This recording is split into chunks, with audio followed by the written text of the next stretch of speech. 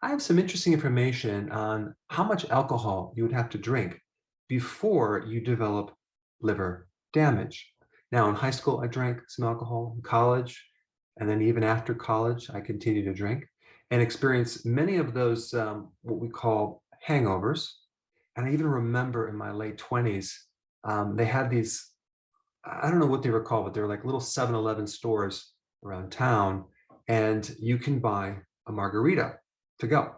And so, of course, I would get myself and Karen a margarita, drive home after work, and then get in this routine of drinking at least one or two of those each night for about 6 months.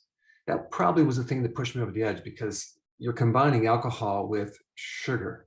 And I noticed my back was very stiff, my hands were arthritic, I had complete fatigue, I had bloodshot eyes. And of course, I was doing what I thought was healthy at the time, which now I know was not very healthy. But I had a very low awareness of health at the time. In fact, I had zero attention on creating a healthy body. But of course, I was able to get away with it for so many years until eventually it caught up with me. But here's the data on alcohol. In one study, just 21 binge sessions produced early stage liver disease. Now, when I'm talking about binge drinking sessions, I'm talking about more than 5 drinks within a 2-hour period. And when I'm talking about a drink, let me define a drink.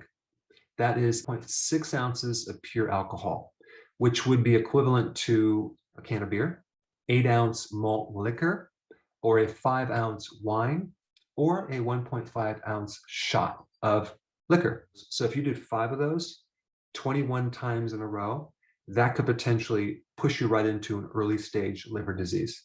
And he also found that just one session of binge drinking increases your liver enzymes. Now, what happens when you drink is that about 25% of that alcohol gets absorbed in your stomach into the bloodstream, and then the rest gets absorbed in your small intestine.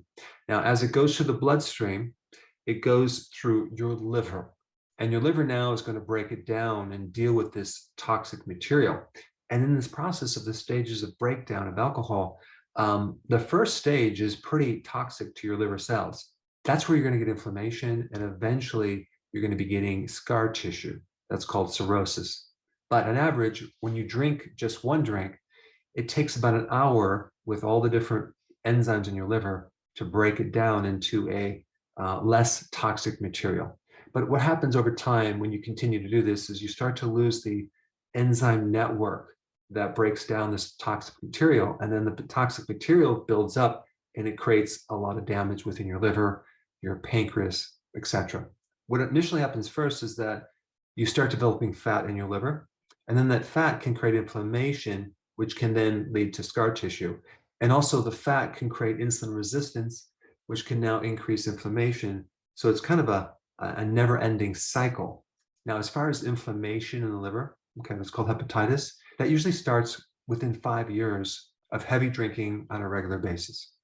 Now, as far as cirrhosis or scar tissue, that usually takes between 5 to 10 or more years. Because if we keep that liver in a constant state of inflammation, the body's going to start healing with scar tissue because we also now have the immune system involved. But what's interesting is that this whole period of time, you don't have many symptoms. You might have some fatigue. You might look down and see your belly, but not necessarily all the time, because you also could have skinny fat where it's throughout the organs. But it definitely, if your belly is sticking out, that usually means that your liver is fatty. Now, there also is a condition called ascites, which is not necessarily fat, but it's a protruded belly because your liver is so bad, it's leaking fluid into a sac around your stomach. So that situation is a fluid-filled sac in your gut because your liver is very, very sick. That's a very advanced stage of liver disease. And then as things progress, then you start developing more and more symptoms. Arthritis would be one. Itching through the body, especially in the bottom of your feet. You may have jaundice, yellowness around your eyes or your skin.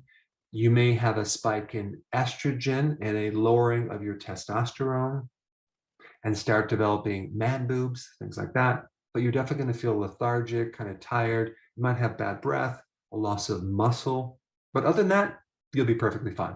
Now, there's some other variables that affect how alcohol affects your liver. Number one, the concentration of alcohol that you're drinking.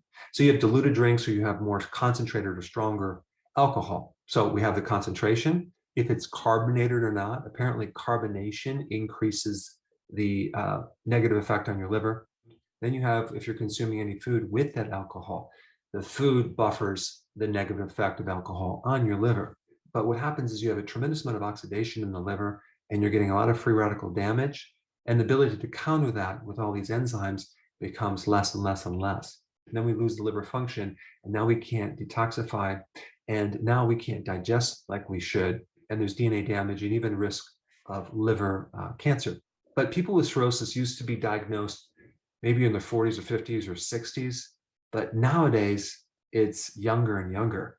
25-year-olds are now being diagnosed with cirrhosis. In fact, between 1999 and 2016, the deaths from cirrhosis have increased by 65%. So more and more younger people are drinking and experiencing the negative effects from that. Now, there's a couple other things that you need to know about liver damage. Consuming sugar, okay, has roughly about the same effect as consuming alcohol, especially if you're drinking fructose, as in high fructose corn syrup.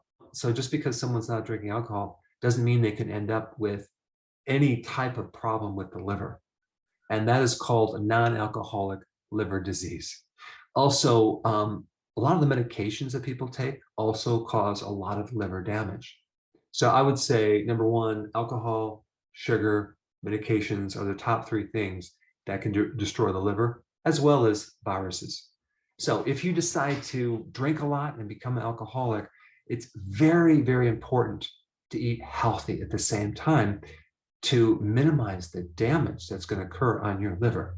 And I'm being a little funny here because usually if someone is drinking a lot of alcohol, they're probably on a high sugar diet at the same time. Now, the good news about the liver is that it is the only organ that can completely 100% regenerate if you stop doing the things that are causing the destruction. In fact, if you have a fatty liver, you can remove 50% of that fat from the liver just within 2 weeks of avoiding those things that cause the fat. However, there's going to be a point of no return where you've developed so much scar tissue that it's going to be irreversible. So hopefully you're not in that situation yet. But if you want to know how to reverse the liver damage and turn things around, this is the video you need to watch next.